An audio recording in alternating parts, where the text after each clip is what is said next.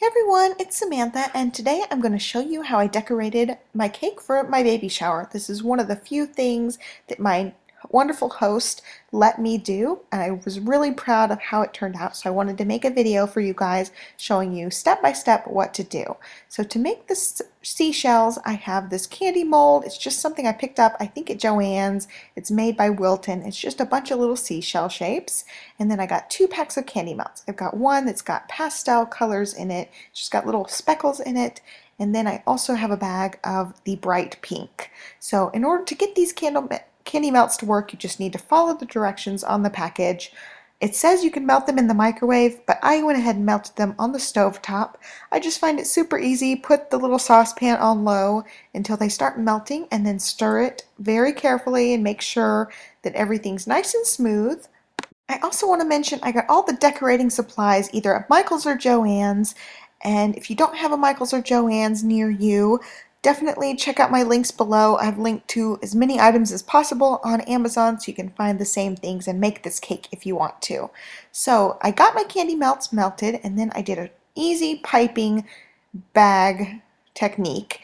It's just you take a plastic bag, put it over a cup so that it holds it, and then you put your icing into that cup and then cut off the tip of the bag. So I'm just sticking the icing in the bag, and you need to be careful with this. It is a little bit warm.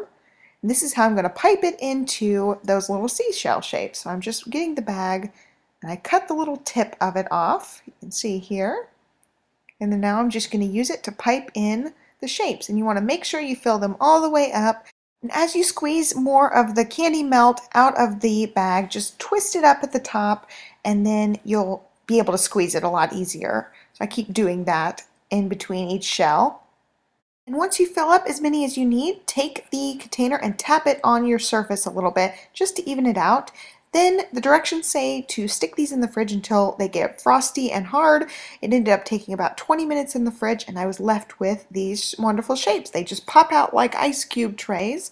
So to make the edges nice and pretty, I took a butter knife and then trimmed around the edges, and they were left a little bit rough. So I just used my finger to rub around the edges. Just make sure you have clean hands, and that kind of melts the edges really lightly so that they look nice and clean. So here is my icing. I just used 2 tubs of this creamy supreme icing, and I've got some Wilton teal food coloring, and this stuff is super duper saturated. It only takes a little bit to get a pretty nice color, so be very light when you're adding this in, and just add it gradually, because you can always make it darker but you can't lighten it back up. So I'm just adding a teeny tiny bit at a time to mix it in and get my lightest color for my cake. Now I'm doing a 3-tone ombre technique, and I'm starting with my lightest color so then I can just darken the icing as I go. So I'm comparing it. I wanted to make sure I had a nice aqua shade. I'm adding a little bit more here and there to get that perfect shade that I want for my lightest part. To make the actual cake itself, I used a Cake Doctor recipe with a cake mix, and if I can find the recipe, I will link it online. It's just from an old cookbook I have by the Cake Doctor. It just takes a cake mix and it doctors it up with some ingredients to make it not taste like a cake mix. So I got my 2 cake rounds here. They cooled completely, and now it's time to start decorating my cake. I've got a plate here. I'm just going to put one of the cakes face down so the flat side is up. You can always cut across your cake to make it more level if you need to. I tend to not do that just because this cake doesn't have to be perfectly even or anything. So here's my first cake. I'm going to do some icing, and since there's some crumbles around the top of the cake, I wanted to separate the icing out and make sure I don't get crumbs in my whole thing of icing. I'm just going to use this spatula to put the icing in the middle of the cake so I can add the next layer. I'm just doing a really thin coat in between. I'm going to have a lot of icing on the outside. There are my 2 cakes. I'm going to go ahead and ice the whole entire cake just a little bit to make sure I lock in all the crumbs before I do my ombre technique and before I make it all nice and wavy. I'm just going to ice it really lightly all around the whole cake so I cover up all of the chocolate parts. It's okay if a little bit shows through because I'm going to be adding more icing on top of this. And again, I'm using it out of this little bowl and just adding more icing to the little bowl as needed, just in case I get crumbs in my icing. I don't want it to mix in with the big, huge thing of icing. Now it's time to start on the final coat of icing, so I'm just glopping the icing on and making it into like a swirly pattern. It's just kind of a rough pattern. It's kind of mimicking waves, kind of for that under the sea look, so it does not have to be perfect and you don't want any pattern necessarily in the icing. So now it's time to do my second color. I'm just going to add more in with the end of this spoon and mix it up. And again, I'm going to add just a little bit at a time as needed and make sure it's not too dark because I don't want to mess up my whole thing of icing. I'm mixing that together, comparing, and I decide I need just a little bit more. Now for the second color, I am going to have it go up just the top edge of the cake and about halfway down the side. And at first, all I want to do is get the icing on the cake, make sure all the brown's covered up, and I can add in the swirls once I get enough icing on the cake. So once I reach the other end, I'm going to go ahead and add in a couple of little swirls here and there just to make it a little bit more decorative. I'm going to go back at the very end and touch everything up, but right now it's just like a rough swirling job. Now I'm going to do the same steps and make my icing darker for that third layer. And I want to point out I'm using a different utensil each time I dip into that food coloring. I don't want to get it contaminated with icing. It'll mess up the food coloring. If you keep the bottle clean, it will last for years and years. So I'm just going to go ahead and add this third layer on, going all the way down to the end of the plate.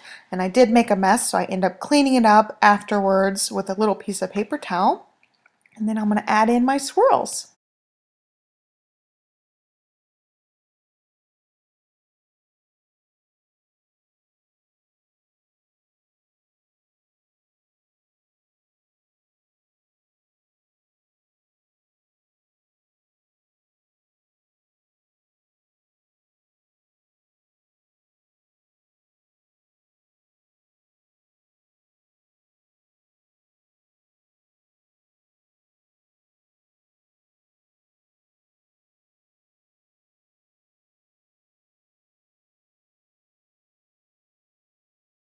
Now I'm going to use a butter knife to add in a couple of smaller swirls here and there, and then I'm going to bring up that middle color up on the top of the cake just a little bit more.